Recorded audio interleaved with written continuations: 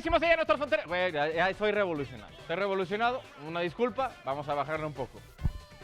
Palito Libres de todo el país y más allá de nuestras fronteras. ¿Qué tal lo que salió ayer de tus seleccionados nacionales, Güey, se fueron de parranda allá en los Nueva Yorks. Que se una un brunch. Güey, pero si de repente se les volvió antro. Güey, no, sí. No, qué casualidad tan afortunada. Claro, güey, no te das cuenta, güey, lo vas en el súper así, en tu rollo, y de repente pestañeas, un chantrón, güey, se arma se arma la hecatombe, güey. Es un mercado, ¿no? Literalmente. Sí pasa. Pero bueno, la realidad es que si buscas el nombre del lugar en YouTube, es un Champagne Brunch. Acá bien fifí, bien parado de su... brunch brunch de champaña, así, pero en un lugar que ya usen champaña, pues ya es algo, pues, nuevo. Bueno, el lugar se vuelve antro, dicen que a partir de las 2, 3 de la tarde. La pregunta que yo hago es, ¿cómo encontraron ese lugar? ¿Quién les dijo? Porque claramente no llegaron, güey, de repente así, de la nada, ¿no? Así como de repente si te apagan el switch ya se vuelve todo antro. En fin, oigan, Pemex anunció, sí, ve el cambio nada más de los seleccionados que andaban acá bien, pues empinando el codo, ¿no? Que se vale. Pero no nos traten de dar a tole con el dedo. Entonces, Pemex quiere inyectarle $5,000 millones, quiere bajarle $5,000 millones a su deuda y negociarán todo lo que quede, ¿no? La pregunta queda, ¿es suficiente esto para sacar a Pemex del hoyo? El expresidente, ojalá. El presidente de la Comisión de Presupuesto, el morenista Alfonso Ramírez Cuéllar, dijo que la distribución del presupuesto, el cómo está arreglado, es preocupante. Cosa que le llaman fuego amigo. La Comisión Nacional de Salarios Mínimos, o CONASAMI, para los compas, presentó un informe que cuenta una historia muy diferente a lo que muchos pronosticaron. Con el salario mínimo al doble en el norte, no pasó nada. También en la frontera, en la parte internacional de hoy, ¿se acuerdan que ayer íbamos a hablar de Hong Kong? No nos dio tiempo. Hoy sí nos va a hablar el por qué llevan 5 meses en protesta. ¿Qué es tan importante para que haya sido noticia lo que pasó en un país tan pequeño? Y para que pues, no se... Güey, es que esto no se nos puede parar. Japón está considerando seriamente tirar el agua contaminada, agua radioactiva, producto del accidente de la planta nuclear de Fukushima, al mar. Tal como lo escuchaste. Oigan, que por cierto, ven que ayer hablamos de nuestro amigo, el niño africano que nació aquí, bueno, que realmente mexicano. Ya averigüé lo que pasó con el bebé de origen africano que nació esa semana. En efecto, su nombre es Andrés Manuel López Obrador Nzacala. Y es mexicano, te lo juro por mi vida, ese es su apellido, Nzacala. Sí, y alguien no la sacó a tiempo. Y es mexicano. De los casos bizarros que da la vida, ¿no? Estas cosas vato, tenemos un hermano mexa que se llama Andrés Manuel López Obrador Nzacala. Pero bueno, de aquí a las 2:30 eso será lo que veremos. Entonces, vamos empezando esto que algunos llaman el cigarro que explota en las bromas callejeras de la noticia, pero que nosotros llamamos palitos y bolitas.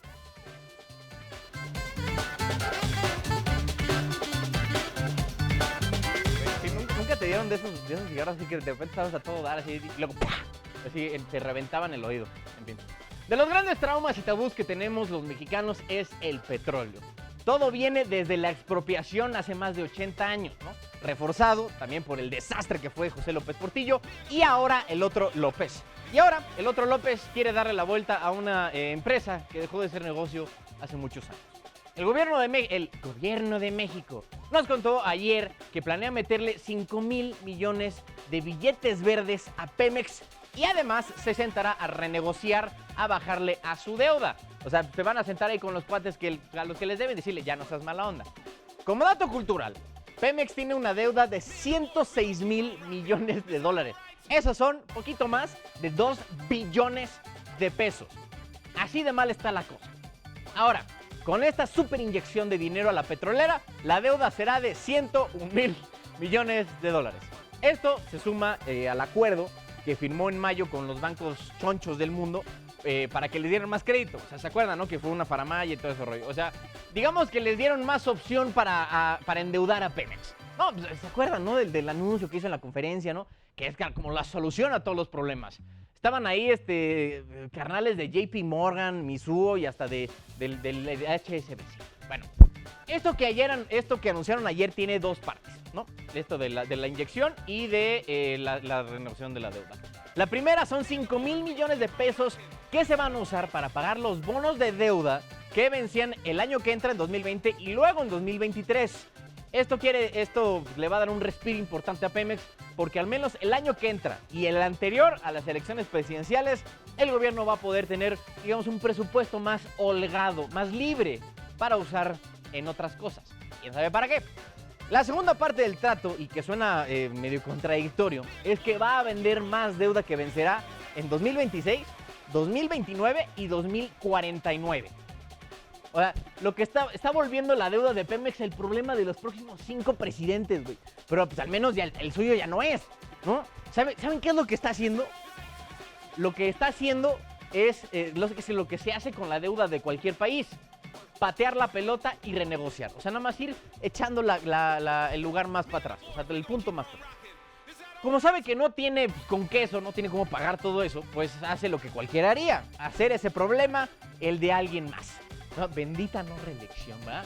Bueno, ¿y qué van a hacer con esa lana? Pagar lo que deben hoy. Lo que hicieron fue pedir prestado para pagar deudas.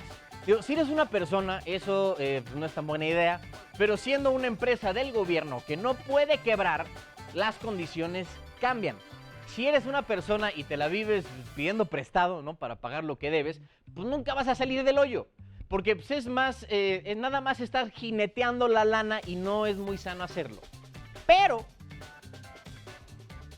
en una empresa eso cambia. Y más si eres una empresa pública. Podríamos pensar, ¿no? Que con nuestros ojos inexpertos, que ese dinero debería ser suficiente, o más que suficiente, para arreglar todos los problemas de Pemex. Pero como los escuincles imberbes que somos, estaríamos tremendamente equivocados. Según el Bank of America Merrill Lynch, usando datos de Moody's, Pemex necesitaría 17,000 millones de dólares para sobrellevar la vida solo el año que entra. Eso es el triple, más del triple que el gobierno le planea dar el próximo año. Cuando el secretario Herrera escuchó esto, tuvo que salir a defenderlo, ¿no? O sea, como perro de barrio, ¿no? O sea, ¡hey! Enseñando el diente acá. Bueno, ¿cómo defiende? Así, parece ardilla, pero es un perro. ¿Cómo defiendes que uno de los bancos más grandes e importantes del mundo está diciendo que le tienes que triplicar la lana a Pemex? Muy sencillo, mientes. Herrera salió a decir que Pemex era un muy buen negocio. Hazme el favor, fabrón. O sea, Pemex lleva desde 2004 en franco declive, bajando cada vez más su eficiencia y siendo un barril sin fondo. Una empresa que no genera ganancias y que debe más de lo que produce está en quiebra. Pero Pemex no va a quebrar nunca porque es la gallina de los huevos de oro y a la vez un parásito del gobierno federal. Hay una relación un poco complicada, ¿no? Es como amor apache, ¿no? Que se quieren mucho pero luego se dan sus trancazos. El fondo del asunto es que mientras el gobierno de López está intentando darle respiración de boca a boca a Pemex, hay quienes ven desde afuera y aseguran que no va a ser suficiente. Si queremos rescatar a esta empresa, la vamos a tener que dar reanimación cardiopulmonar, meterlo en desfibrilador, estos que hacen como clear, ¿no? Y meterle epinefrina para que empiece a mover apenas la patita. La situación es mucho más grave de lo que probablemente quieran y vayan a admitir en algún momento.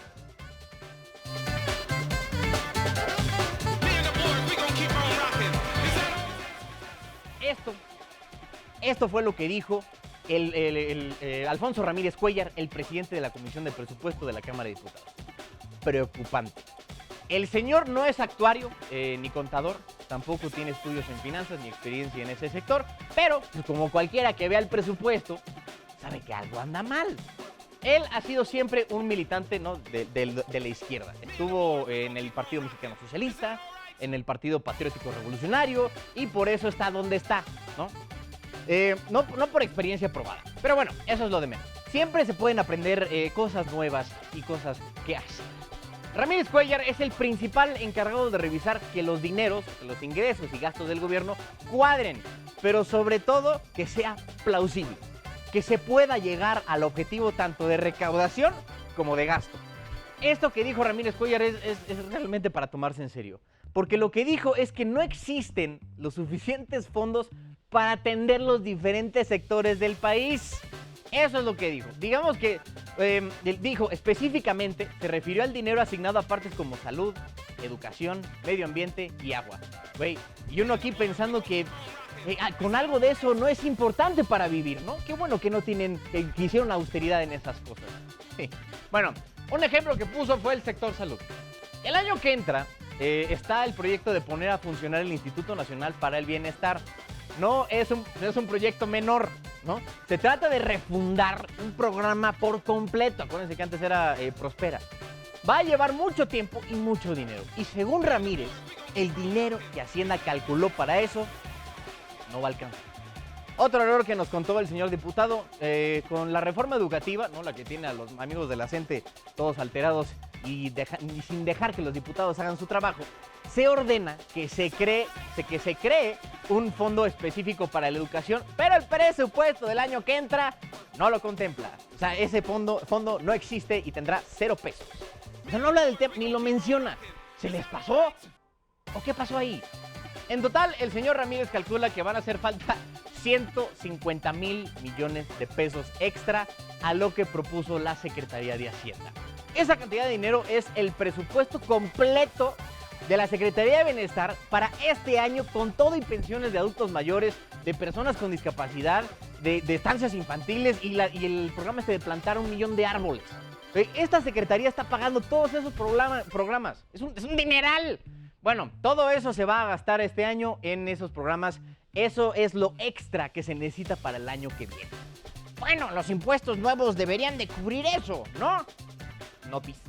La idea de cobrar IVA a las empresas digitales solo va a recaudar 10,000 millones de pesos. Faltarían 140,000. ¿De dónde lo sacas? O sea, ven el problemón en el que se metió solito el gobierno. Uno, no pueden aumentar ni crear nuevos impuestos por promesa presidencial, ¿no? Por decreto de facto. Y dos, tampoco pueden contratar deuda. Eso sin duda que está cobrando la mitad de impuestos. Y eso sumado que está cobrando la mitad de impuestos en el norte. Y entonces, creo que están apostando demasiado a que el SAT se ponga las pilas en serio el próximo año. Si la vida me ha enseñado algo, es a nunca depender de que una sola cosa tenga que salir bien para llevarla toda. Es como el carnal que tenía la responsabilidad de traer la presentación en un USB, se le fue el avión y acabó fregando a todo el equipo. Ese era su único trabajo y ni eso pudo hacer. Eso mismo podría pasar con el SAT. Su único trabajo es cobrar impuestos. Ahora, ¿qué pasa si no llega a la meta que prometió? Ahí sí se va a armar la de Santo Cristo. Por obvias razones, esperamos que todo se solucione en tiempo y forma, porque de eso depende el gobierno de todos nosotros. Amigos, con el dinero no se juega.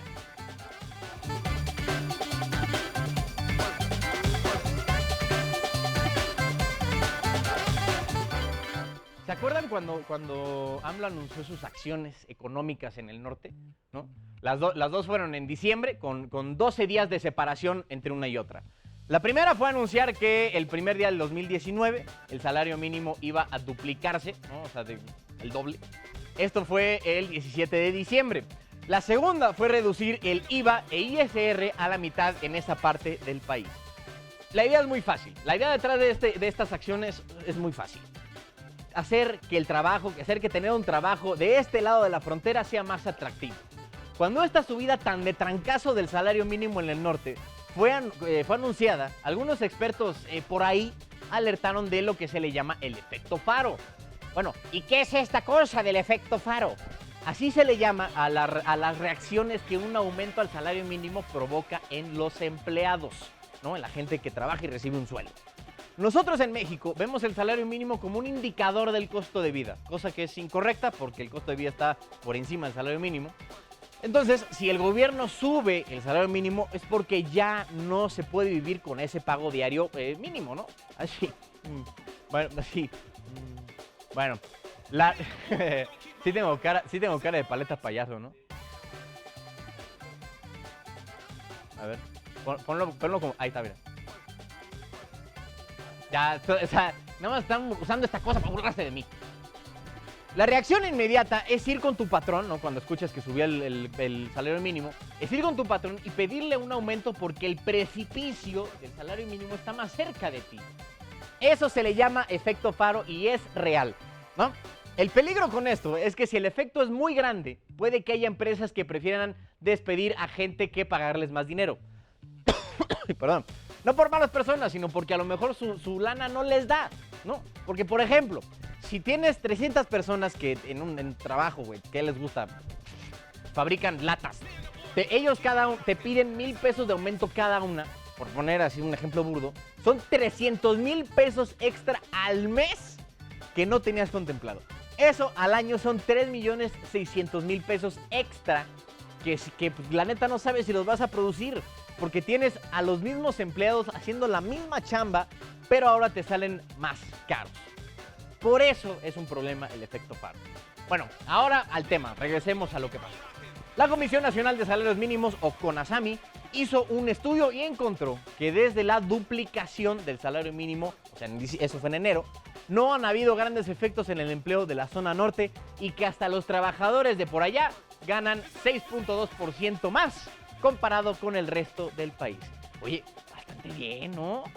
Tal pareciera que su iniciativa tuvo un efecto bastante positivo. Pero podría haber otra explicación a la falta de consecuencias. Para empezar, el efecto faro se puede contener, ¿no? Es cosa de que cada empresa sea lo suficientemente hábil para manejar a sus empleados. La segunda es la cantidad de gente que está inscrita en el IMSS con el salario mínimo. ¿Cuántas personas le echas, güey, que están inscritas en el IMSS con el salario mínimo? ¿Miles y millones? Número, güey, así. 100,000. A ver, ¿quién más da? ¿Quién más? ¿Quién da más? ¿Quién da más? ¿Nadie? ¿Qué? A ver, hermano, ¿cuántas personas están inscritas en el IMSS con el salario mínimo?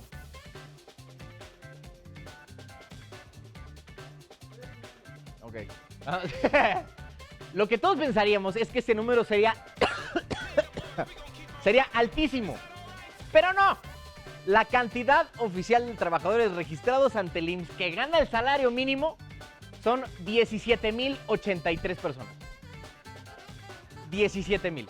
Güey, lo chequé ayer. Te juro que sí. Ya vete. Ya. Antes de que fuera el aumento de este multiplicador en diciembre, la cifra era todavía más chica. Eran 12,158. Güey, voy a morir aquí. ¿Qué está pasando? Disculpen ustedes.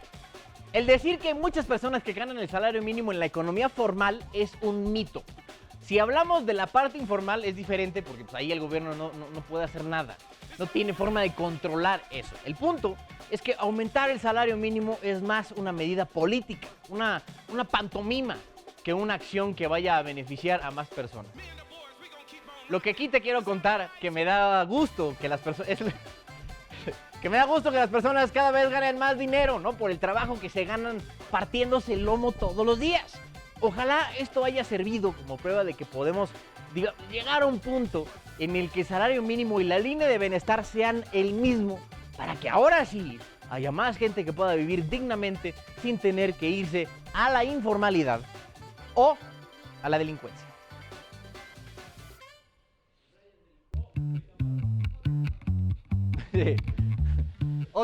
O terminar siendo camarógrafos para este programa. En las últimas 2 semanas ha escalado grandemente el conflicto que los habitantes de Hong Kong tienen con su propio gobierno. Todo gira alrededor de una propuesta de ley que facilitaba la extradición de personas hacia China, ¿no? Y luego, ¿por qué se salió tanto de control? Te quedaste hasta el momento correcto del programa. Antes de meternos al lodo de toda esta maraña de cosas, hay que entender qué es un Hong Kong. Para empezar, no es un país, sino una especie de territorio semiautónomo de China. Hong Kong antes era una colonia británica que apenas en 1997 fue devuelta a China. Esto bajo la condición de respetar en la máxima medida posible que se manejarán solos, y hay muchas cosas diferentes en Hong Kong con respecto a China, o sea, son muy distintas. Por ejemplo, en Hong Kong hay internet sin restricciones, hay libertad de prensa y tribunales independientes. Esta autonomía está garantizada por una especie de mini constitución. Estas son las cosas diferentes entre China y Hong Kong. Esta autonomía está garantizada por una mini constitución que expira en 2047. Ahí ese. El problema que China tiene con Hong Kong es su postura más democrática y liberal, que choca mucho con el control total que tiene Xi Jinping en su país. Y ese contraste tan marcado en un país vecino que es de su propiedad es una amenaza fuerte para la continuidad del régimen chino, ¿no? Es como cuando tenías a un vecino rico que tenía los juegos que acababan de salir con una tele acá bien fregona. Obviamente preferías pasar más tiempo en su casa que en la tuya, ¿no? Es la misma idea. Ahora, ¿por qué empezó todo este relajo? Un proyecto de ley que iba... sí. Un proyecto de ley que iba a darle prioridad a la policía hongkongueña, o hongkonguense, no sé. El chiste es que su policía iba a poder detener y mandar de retache a cualquier persona buscada por las autoridades de cualquier país, entre ellos China. El problema es que la propuesta consideraba algunos delitos políticos como causas para la extradición, y mandárselos a China sería un severo problema, porque allá los jueces le responden al partido en el poder. Eso es lo que pasa. Hong Kong ha sido, digamos, una especie de bus, ¿no? Así, como cuando jugabas a la strike, jugabas a la bus y ya no te podían hacer nada. Eso es Hong Kong. Eso para activistas prodemocráticos. El rechazo fue tan grande en ese país, bueno, pseudo país, que más de 500,000 de personas salieron a manifestarse en contra de esta ley.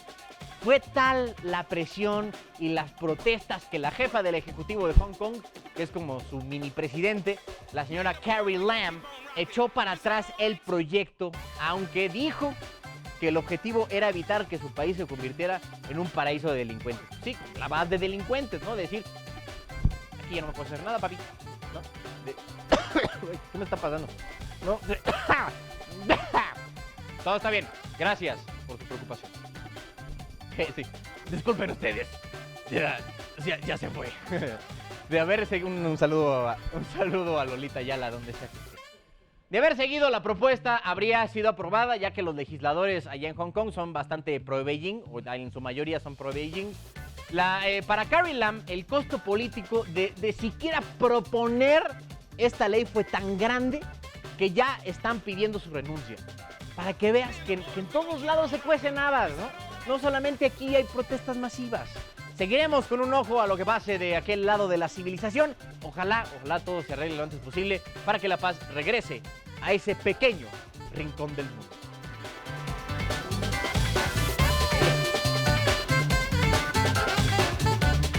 En 2011, amigos, ¿recuerdan en 2011? ¿Qué estaban haciendo en 2011? Hace 8 años. Yo tenía la pequeña edad de 17. ¿Cómo pasa el tiempo, va? Y ve dónde acabé. Drogado. En 2011, un terremoto de 9 grados golpeó a Japón. Entre los muchos daños que dejó, el más grave y duradero fue el que le provocó a la estación de energía nuclear de Fukushima Daiichi. Por la violencia del movimiento, o sea, se quedó así el tranque. Son 9 grados. Aquí nos espantamos uno de 6 y nos volvemos locos. Allá les tocó de 9. Por la violencia del movimiento se creó un tsunami que también terminó por rematar lo que ya era un problema bastante serio. Al final, 3 de los 6 reactores de la planta fueron declarados en emergencia y tal como pasó con Chernóbil, voló en 1000 pedazos dejando atrás aire y agua radioactivos. Eso fue hace 8 años, ¿no? Desde entonces, el gobierno japonés ha estado limpiando este desastre. Diariamente se bombean 200 toneladas de agua contaminada, 200,000 litros todos los días. Lo suficiente para llenar la alberca olímpica de Seúl 59 veces. Eso todos los días. O sea, lo terrible del caso es que ese agua ya quedó contaminada para siempre. Hay un elemento radioactivo que no se va nunca, ¿no? Llamado tritio, y por eso es que los japanicas llevan años guardando el agua contaminada en tanques así enormes. Bueno, ¿y cuál es el problema? Que en 3 años se van a quedar sin espacio donde meter el agua. ¿Dónde la metes ya? ¿No? es un gran problema porque no puedes dejar el agua contaminada en la planta nuclear y si tampoco te cabe en donde la quieres guardar, pues ¿qué haces con ella? Ante este problema, el ministro de Medio Ambiente y lenguado fuera del agua, el señor Yoshiaki Harada, ahí está, tuvo la idea de tirarla al mar. Tranquilo, que a lo mejor nos están viendo desde Japón. Esta decisión todavía no es definitiva, pero neta lo están considerando. Mi cabeza de inmediato se fue a empezar a buscar, güey, así, de ver noticias con peces de 3 ojos, güey, de tiburones con 2 cabezas y un peje lagarto cuasi humano por ahí. O sea, imagínense, sí, el peje lagarto cuasi humano. Ay, agarren el chiste, ¿no? Por favor. Imagínense qué cosa tan fea sería eso. Ahora, ¿por qué los japoneses lo están considerando? Según los encargados de la planta, el agua pasa por una filtración, ¿no? Bastante complejo, que quita la mayoría de los contaminantes. ¿Y qué pasa con el tritio? Esa cosa que, como el herpes, nunca se va. La comunidad científica, digamos, tiene cierto consenso de que pues, es de bajo riesgo para animales y humanos porque se diluye rápidamente en el agua.